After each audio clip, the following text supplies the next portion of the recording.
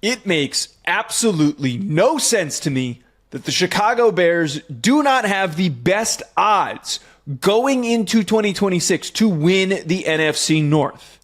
I'm going to break down why I believe that the Chicago Bears are prepared to win their division despite the disrespect from the media and the books. I'm also going to discuss what we should be expecting from the rest of the teams in this division. Before I do so, make sure to hit the like button on this video and subscribe so you don't miss out on future content this upcoming season. Right now, the Bears, plus 305, odds to win the NFC North. Packers are at plus 225. The Lions have the best odds at plus 170, and the Vikings are at the bottom at plus 510.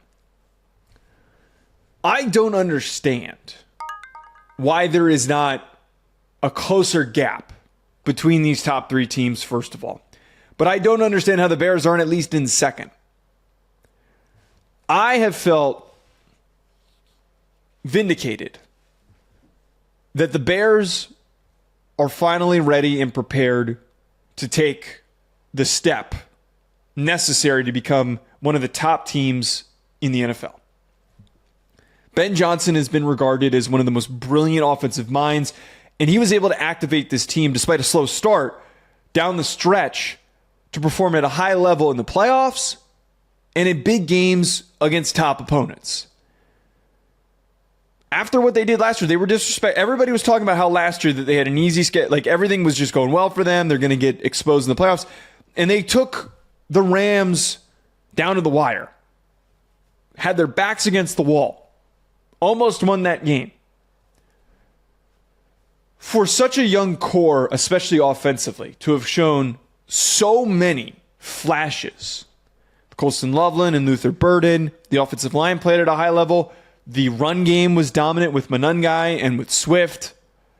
But most importantly, Caleb Williams, just 2 years into the league, was starting to look like the Caleb Williams that we saw win the Heisman Trophy.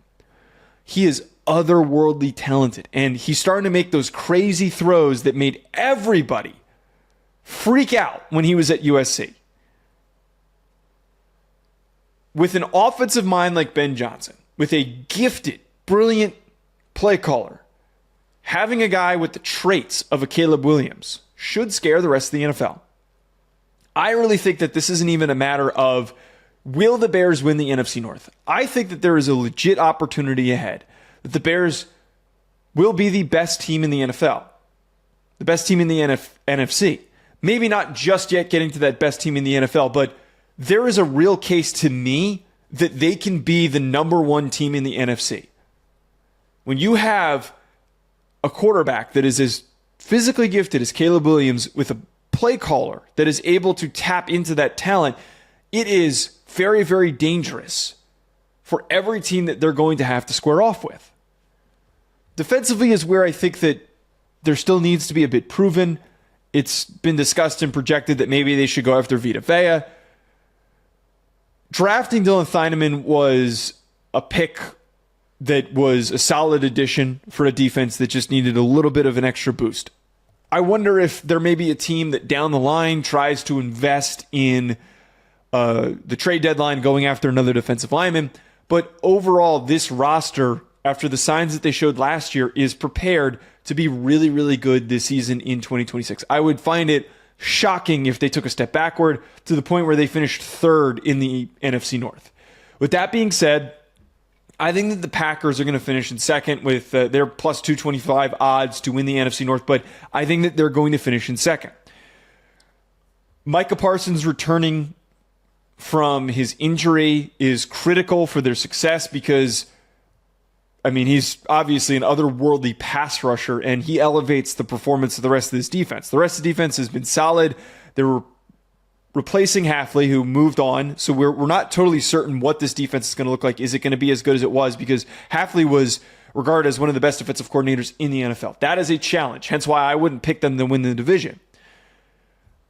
They also need to establish consistency on offense. It was very up and down with how they were performing last year.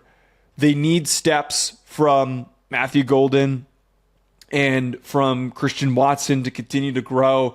I think that whenever Tucker Kraft gets back into the fold is going to be huge for this team because losing him last year was devastating. That was one of the things that felt like it derailed some of the progress that the Packers were making in the growth that they were showing. When they lost Tucker Kraft, it was a major, major problem for this team. Hopefully now that they're back healthy, they will return to that level that they showed that they're at least a really solid playoff team for this upcoming year. I don't get why the Lions have the best odds, but I do at least see the possibility that this division puts out 3 teams into the playoffs. I just would not put the Lions as that first team. I would put them as one of the last wildcard teams in, because at the end of the day, as Dan Campbell has said, their window might have closed a little bit. It might have kind of shrunk down their chances of winning a Super Bowl. I like defensively the growth for this front 7. I'm a really big fan of Tyreek Williams. I like the pickup, the drafting of Derek Moore, who I think is a really nice, solid secondary rusher opposite of Aiden Hutchinson. And I think that, assuming they can pick up where they left off offensively and at least try to get close to where they were when Ben Johnson was calling the plays. I don't think they're ever going to be able to do that, but start to get closer to that once they've figured out what their new offensive identity is going to be. Last year was a lost cause. It was like just guessing every single week. They were trying things that just consistently were not working.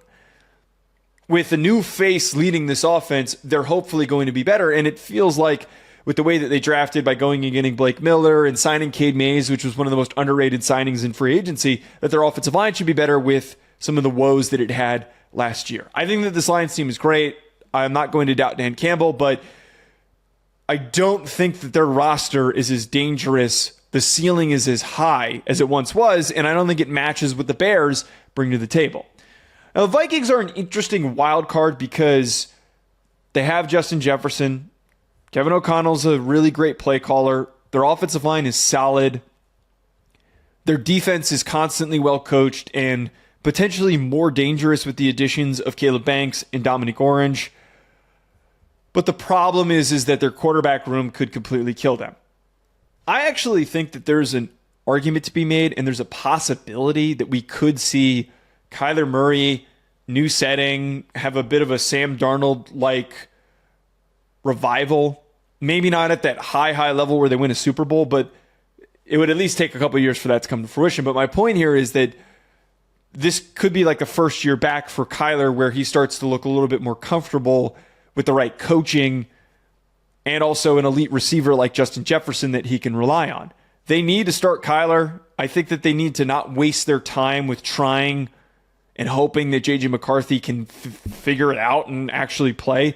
Kyler is a proven competitive starter. That is the key for this team, maybe making the playoffs and knocking off either the Packers or the Lions in the hierarchy of this division. Because they're so talented defensively and well-coached defensively, I think that that's what at least leaves the door open for them to work their way up in the standings and maybe be the last team in from this division over the Lions, or again, maybe the Packers, they end up struggling this year, whatever ends up happening. But this Vikings team is just too unpredictable, hence why I think it's better, they're plus 5-10 odds to leave them as the projected last place finisher in the NFC North. Comment below who you think is going to win the NFC North this upcoming year. Hit the like button on this video and subscribe so you don't miss out on content during this NFL season. I'll talk to you later.